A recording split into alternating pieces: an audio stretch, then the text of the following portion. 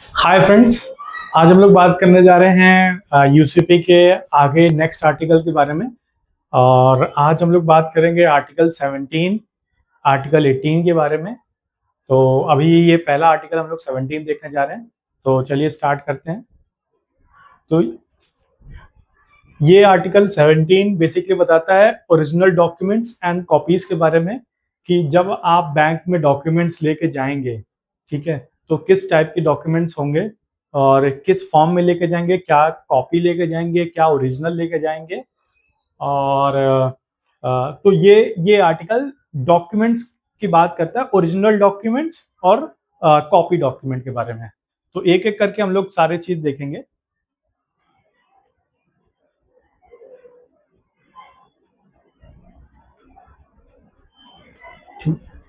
Issuing document, ठीक है। Sorry sorry sorry.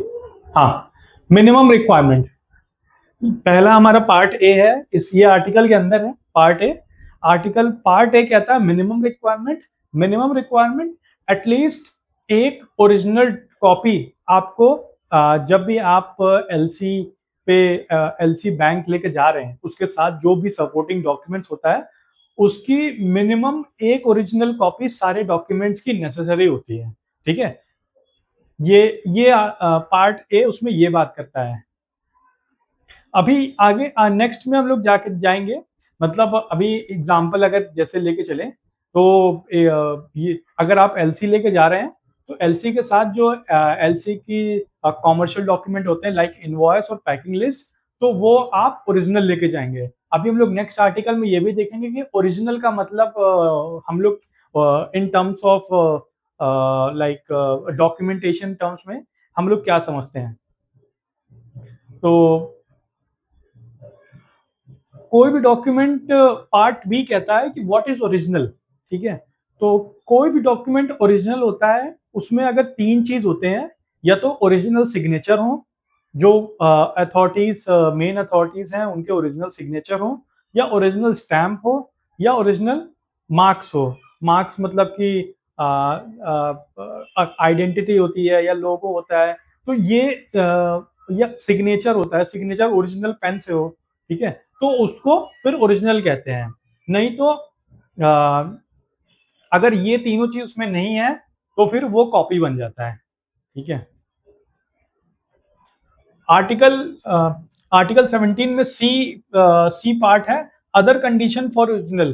बाकी क्या क्या कंडीशन होते हैं, एक कंडीशन तो हम लोग ने ये जान ली पार्ट बी में, कि उसमें एक ओरिजिनल सिग्नेचर होगा, ओरिजिनल स्टैम्प होगा, ओरिजिनल आप और उसमें आपका ओरिजिनल मार्क्स हो गए, ठीक है। फिर उसके बाद और भी कंडीशन होते हैं कि क्या या वो डॉक्यूमेंट टाइप्ड है, ठीक है, हैंड टाइप्ड है, या hand written written by issuer, जो मेन इशूअर है वो उसके हाथ से लिखा हुआ है उसमें। और क्या वो कोई ऑफिशियल लेटर हेड में है, ठीक है। क्या क्या उसमें अगर कहीं पे ओरिजिनल लिखा हुआ है, तो भी एक केस है कि उसको ओरिजिनल माना जाता है, ठीक है। एग्जाम्पल, अगर आप इनवॉइस है और आप उसको लेटर हेड में प्रिंट करते हैं, तो वो आपका एक ओरिजिनल डॉक्यूमेंट माना जाएगा, ठीक है। तो आर्टिकल 17 यही बताता है कि ओरिजिनल डॉक्यूमेंट्स एंड कॉपीज के बारे में, ठीक है। डी, इफ एलसी आस्क्स, ठीक है, वो ये sorry, other condition for original document.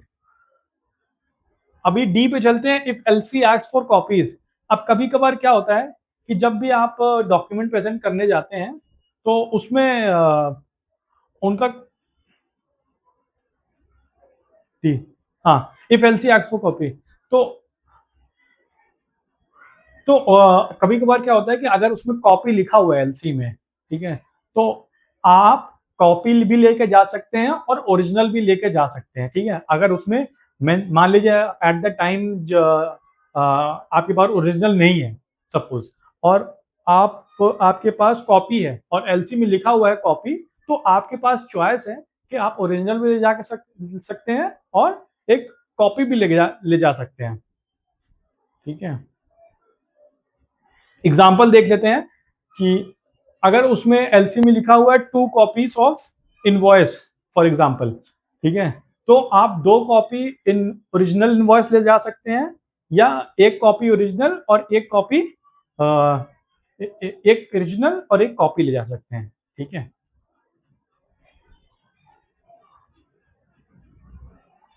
फिर है मल्टीपल डॉक्यूमेंट, डुप्लीकेट और ट्रिपलेट। पार्ट ई कहता है पार्ट ई बताता है मल्टीपल डॉक्यूमेंट, डुप्लीकेट और ट्रिपलेट के बारे में।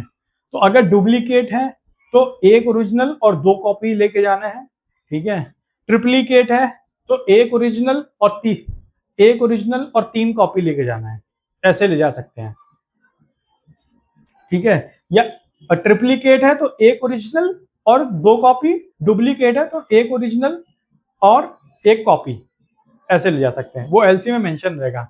लेकिन यहाँ पे एक अंडरस्टैंडिंग वाली बात यह है कि एक ओरिजिनल डॉक्यूमेंट्स हमें जरूर लेके जाना है जब भी हम लोग एलसी बैंक में ले जाते हैं तो, ठीक है।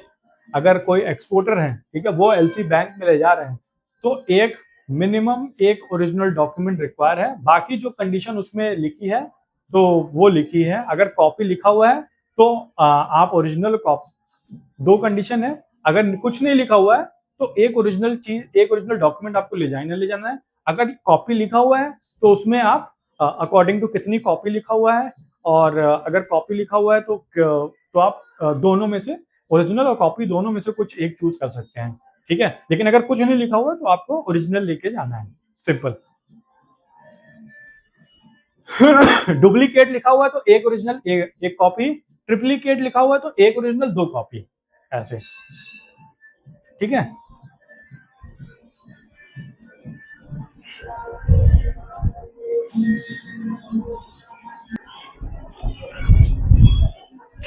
हाय, अब हम लोग आर्टिकल 18 के बारे में देखने जा रहे हैं। और आर्टिकल 18 बताता है आपका कॉमर्शियल इनवॉइस के बारे में। जो कॉमर्शियल इनवॉइस के बारे में क्या रूल्स डिफाइन है एलसी के टर्म्स में, ठीक है। एलसी कैसे हैंडल होनी है, कॉमर्शियल इनवॉइस जो हमारे जो मतलब कि क्या क्या डिटेल्स मैच होने चाहिए, ठीक है। क्या अलग हो सकता है, अलग मान लीजिए डिटेल हो गया तो क्या हो गया, ठीक है। इनवॉइस की वैल्यू ज़्यादा हो गई तो क्या हो गई, ठीक है। डिस्क्रिप्शन ऑफ गुड्स हमारा कैसा होना चाहिए, क्या सेम मैच होना चाहिए कि अलग भी चल जाएगा। तो ये सारी चीज़ें देखेंगे। करेंसी कैसी होनी चाहिए, ठीक है। सिग्नेचर होना चाहिए कि नहीं होना चाहिए, ठीक है। और जो इनवॉइस है वो किसके बिहाफ पे इशू होना चाहिए, ठीक है। कौन इशू कर सकता है और किसके लिए इशू कर सकता है, ये सारी चीज़ें हम लोग देखेंगे। तो स्टार्ट करते हैं। तो पहला है आर्टिकल 18 में कॉमर्शियल इनवॉइस में पहला आर्टिकल, आर्टिकल 18 का ए पार्ट कहता है बेसिक रिक्वायरमेंट। बेसिक रिक्वायरमेंट क्या है कि कॉमर्शियल इनवॉइस आपका जो इशूअर है वो आपका एक्सपोर्टर होना चाहिए, और जो बेनिफिशियरी है, ठीक है, जो बेनिफिशियरी है वो आपका जो बेनिफिशियरी है वो आपका एक्सपोर्टर होना चाहिए, इशूड बाय बेनिफिशियरी। तो बेनिफिशियरी आपका एक्सपोर्टर होना चाहिए, ठीक है। और जो एप्लीकेंट है, ठीक है, और किसके नाम पे इशू होना चाहिए, वो बायर के नाम पे इशू होना चाहिए। इसको मैं अभी आगे एग्जांपल के टर्म्स में समझाऊंगा कि फॉर एग्जांपल अगर अगर पहले पहले इसको कंप्लीट कर लेते हैं, ठीक है। In the name of applicant, तो इशूड बाय बेनिफिशियरी मतलब जिसको पेमेंट मिलने वाली है। तो माल जिसने बेचा, सेलर ने बेचा, एक्सपोर्टर ने बेचा, तो पेमेंट इसको मिलेगी। बेनिफिशियरी एक्सपोर्टर हुआ तो इशू भी वही करेगा, ठीक है। उसके नेम पे इशू होना चाहिए। फिर उसके बाद है किसके नाम पे, एप्लीकेंट बायर के नाम पे। फिर फिर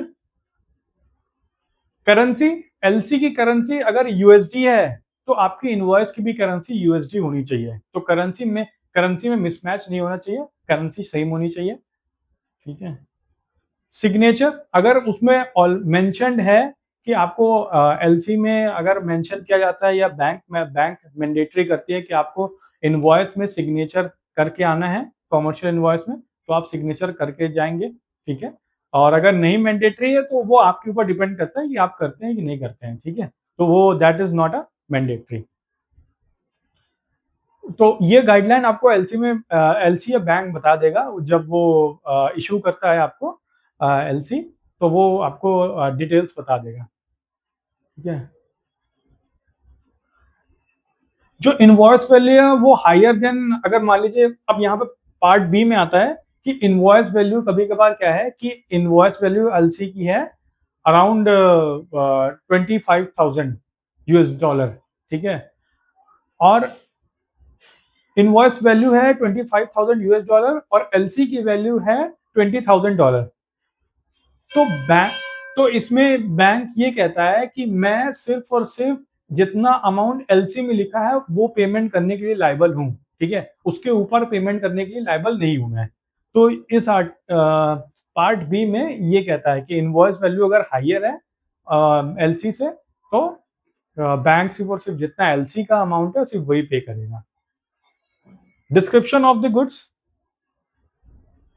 तो इसमें ये डिस्क्रिप्शन ऑफ द गुड्स मतलब जो आपका डिस्क्रिप्शन इनवॉइस में होना चाहिए, for example 100% cotton T shirt, तो वही सेम एग्जाम सही same description of the goods आपका एलसी में भी होना चाहिए और इनवॉइस में भी होना चाहिए 100% कॉटन टी शर्ट, ठीक है। दोनों में अगर 100% कॉटन टी शर्ट है तो दोनों में ही 100% कॉटन टी शर्ट होना चाहिए।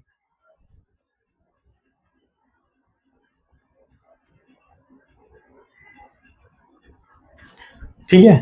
तो अभी एक आर्टिकल आज हम लोग और देख लेते हैं, ठीक है।